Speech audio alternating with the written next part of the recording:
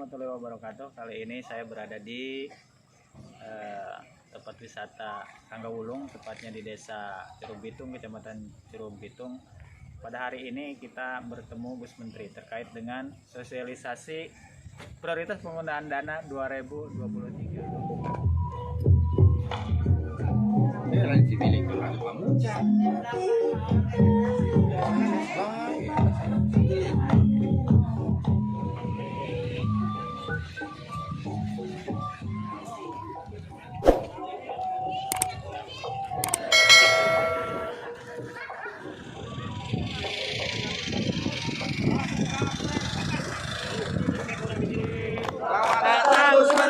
Selamat datang Gus Menteri, selamat datang di desa kami. Selamat datang Gus Menteri.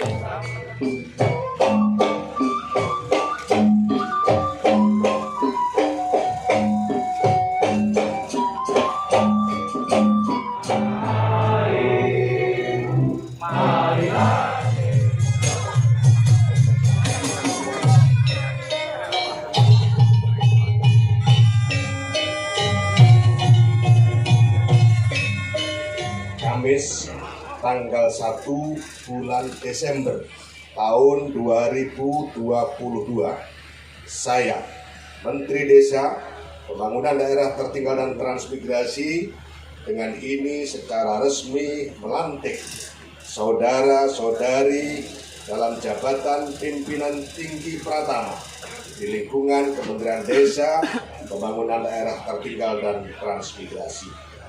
Saya percaya bahwa saudara-saudari akan melaksanakan tugas dengan sebaik-baiknya sesuai dengan tanggung jawab yang diberikan.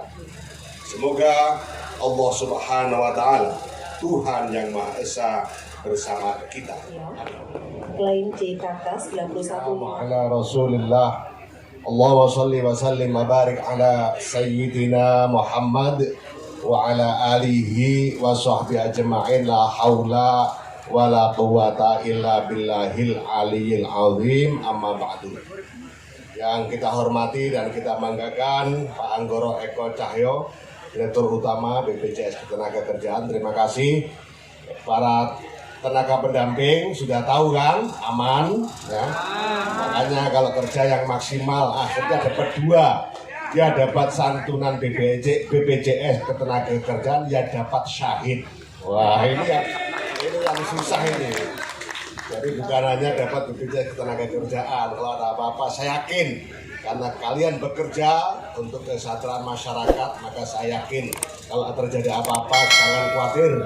Di dunianya ditanggung BPJS Ketenagakerjaan, di akhiratnya disambut oleh malaikat karena kalian berjasa bagi kesejahteraan warga masyarakat desa. Pak Sekjen, terima kasih beserta seluruh jajaran pimpinan tinggi Pratama dan Madya dan Pratama. Itu terbukti desa mandiri yang dirancang sampai 2024 itu 6.000 apa 5.000 Pak Sekjen?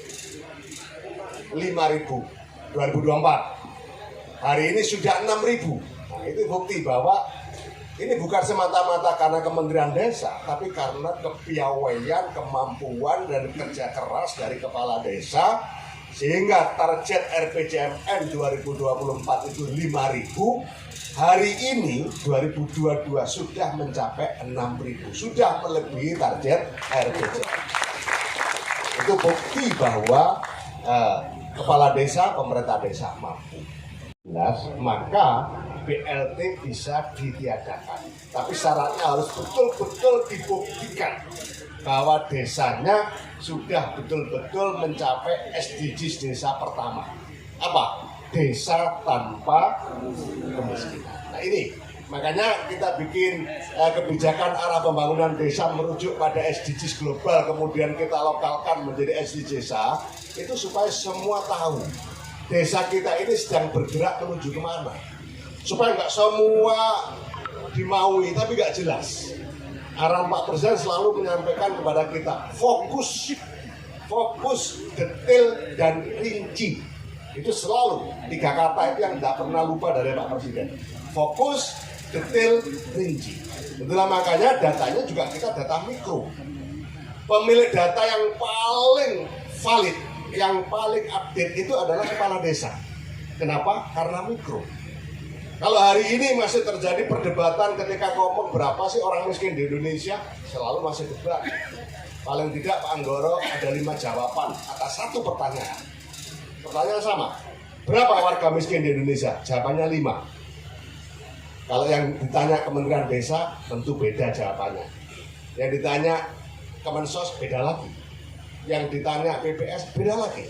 Yang ditanya BKKBN beda lagi. Yang ditanya tim percepatan penanggulangan kemiskinan di Satpapres beda lagi. Nah ini kita coba, kita tarik benang yang kuat. Kalau mau tanya tentang warga, tidak ada tempat bertanya yang paling tepat kecuali kepada desa. Ini ya. Nah, resikonya Pak Kades harus betul-betul tiap hari dan menyiapkan betul 1-2 orang tenaga khusus untuk ngurusi update data. Jumlah warga sampean berapa? Oh, jumlah warga saya 4.231 data 3 hari yang lalu. Wah, itu baru canggih. Data 3 hari yang lalu. Nah, kalau semua kepala desa, 74.961 kepala desa punya jawaban seperti ini, sudah nggak akan ada orang bisa mengalahkan datanya desa. Kenapa? Mikro. By name, by address-nya ada. Dan saya selalu mengatakan, ngomong kemiskinan di Jakarta itu sesuatu yang imajinatif. Bagaimana nggak imajinatif? DPRD Provinsi Banten, namanya Ahmad Fauzi, ngomong kemiskinan di Jakarta di hotel. Di depan ada kopi panas, ada makanan enak, gimana nggak imajinatif? Tapi bicara kemiskinan di desa, ada di Pelupuk Patah, itu orangnya, rumahnya kayak begitu. Anaknya 3, nggak ada yang sekolah. Siapa yang bisa bicara seperti ini? Kepala desa, bukan saya. Menteri nggak bisa apa-apa. Nah itulah makanya saya berupaya semaksimal mungkin agar data-data mikro di desa itu betul-betul dilakukan secara maksimal, pendataannya, pengumpulannya, dan ini yang paling penting, Pak Anggoro paham itu, pekerjaan di desa tidak bisa dengan pendekatan proyek. Pekerjaan di desa harus pendekatan berkelanjutan. Kenapa? Karena masalah di desa bukan bisa diselesaikan dalam timeline tertentu. Masalah di desa muncul dan harus diselesaikan setiap saat. Itulah makanya jadi kepala desa itu jauh lebih berat daripada bupati. 24 jam. Jam 1 malam ada warga ngadepi masalah, rumah kepala desa diketuk. Betul kan? Kalau bupati, rumahnya aja nggak tahu gimana mau ngetuk. Apalagi gubernur, apalagi menteri. Orang Jombang jadi menteri pindah di Jakarta semakin jauh dari desa. Makanya kita harus memberikan ruang yang cukup kepada kepala desa. Nah itulah makanya Pak Presiden sudah menyetujui dan sudah saya masukkan di dalam Permen 8 2022 tentang prioritas penggunaan dana desa, yaitu dana operasional pemerintah desa sebesar 3% dari dana. Tinggal satu langkah yang saya minta dukungan doa saja karena bukan kewenangan sampean Pak Kades, tapi juga bukan kewenangan saya, agar pertanggungjawaban penggunaan dana desa yang 3% dalam pelaksanaan operasional pemerintah desa itu tidak dilakukan dengan cara ad cost. Jadi nggak usah ada kwitansi, cukup pernyataan kepala desa. Ini belum. Makanya doakan. Tapi saya sudah berkirim surat ke Pak Mendagri, sudah berkirim surat ke Kepala BPKP, bukan hanya surat, saya telepon, bahkan tadi juga ketemu lagi, saya bilang, aku sudah kirim surat, tolong dibantu Kepala Desa, jangan dibebani dengan permasalahan-permasalahan yang rumit. Alhamdulillah Kepala BPKP juga bilang, aku sudah ngobrol sama Pak Mendagri. Nah doakan, mudah-mudahan bentuk pertanggungjawaban yang 3% tidak ad cost tapi lumsum atau lamsam. Itu berarti cukup dengan pernyataan. Yang penting tidak boleh dihabiskan di awal tahun. Itu yang nggak boleh, tetap harus dibagi 12. Ya, tetap dibagi 12, tidak bisa di awal tahun. Satu. Yang kedua, tidak boleh dipakai kawin lagi. Politeknik Keuangan Negara, Politeknik Keuangan Negara STAN, ketemu IAI, Ikatan Akuntansi Indonesia, ketemu IAPI, Institut Audit Publik Indonesia. Tiga-tiganya ini yang paling berwenang terkait dengan model-model pertanggungjawaban keuangan. Nah, saya sudah minta tolong Pak IAI, STAN dan IAPI didalami, dipelajari model pertanggungjawaban keuangan dana desa yang ada hari ini, dan mohon dibikinkan yang paling sederhana tapi tetap memenuhi standar akuntabilitas. Mudah-mudahan ini segera selesai. Saya bilang kalau sudah selesai nanti akan saya usulkan ke Pak Presiden supaya jadi perpres. Siapa yang diuntungkan? Kembali yang diuntungkan adalah kepala. Ya pokoknya saya ini selalu berpihak kepada kepala desa. Termasuk urusan masa jabatan pun saya berpihak kepada kepala desa. Karena belum ada orang mengusulkan 9 tahun, saya sudah mengusulkan 9 tahun. Dengan catatan tidak nambah dari 18 tahun. Bedanya apa? Kalau sekarang 18 dibagi 3. Yang saya gulirkan adalah 18 dibagi 2.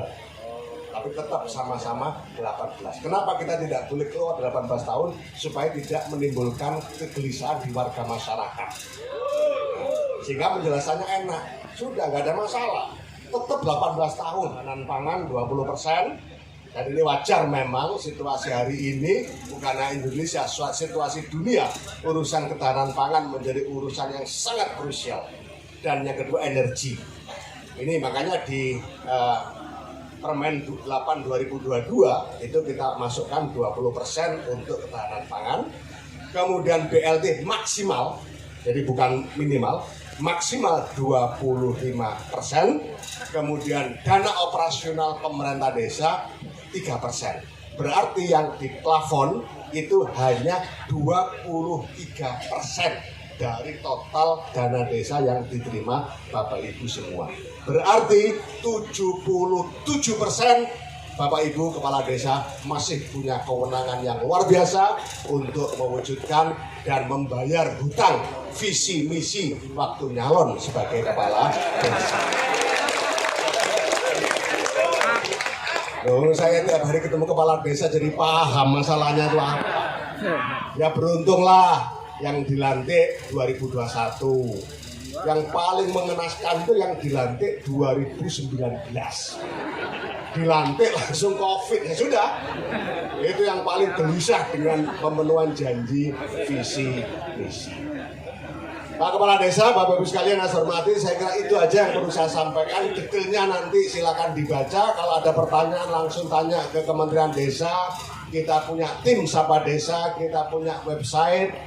Dan yang terakhir yang perlu saya informasikan, insya Allah dalam waktu yang singkat Kementerian Desa akan mengeluarkan Kepmen terkait dengan sistem akuntansi badan usaha milik desa yang secara resmi dan sudah melalui kajian panjang, sehingga Pak Kepala Desa, para direktur BUMDes nggak usah gelisah, semuanya sudah kita atur, kita tata dan melibatkan 3 komponen tadi.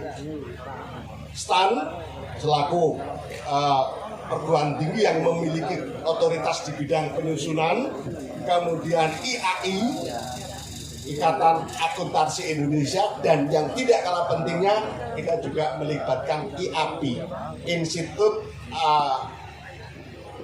Audit Publik Indonesia, IAPI. Saya baru dengar tadi Artinya semua badan hukum publik ke depan itu yang berhak melakukan audit adalah IAPI. Dan IAPI sudah menyatakan tadi, asal seluruh aturan di dalam tata akuntansi BUMDes diikuti, maka tidak akan ada yang namanya disclaimer. Nah ini makanya Direktur BUMDes kalau ada setelah insya Allah dalam bulan Desember ini saya pastikan keluar, karena tadi sudah saya panggil Biro Karo Hukum, kemudian Bu Dirjen Pait, kemudian Pak Kepala BPI sudah saya tugasi, bahkan draftnya sudah saya minta nyampe ke meja saya hari Senin, karena itu sangat dibutuhkan, sehingga audit betul-betul profesional akan dilakukan terhitung sejak proses pembukuan Januari 2023 sampai dengan Desember 2020. Mana pengelolanya? Oke, makasih ya, luar biasa ya. Jadi nanti Pak Kepala Pak Dirjen PDP Pak Gito nanti tahun depan dikasih bantuan lagi ya.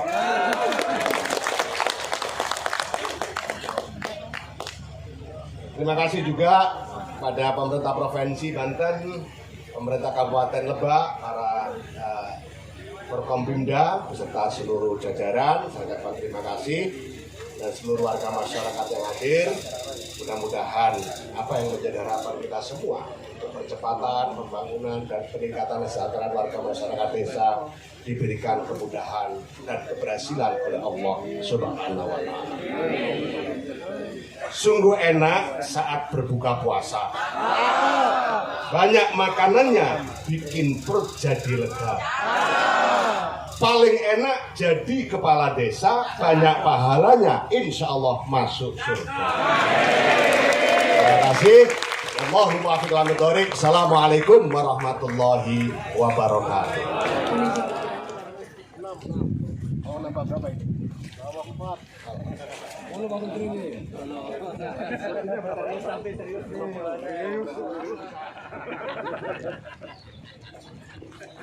Beserta dengan para pendamping di sini, sekali lagi mohon izin dengan hormat.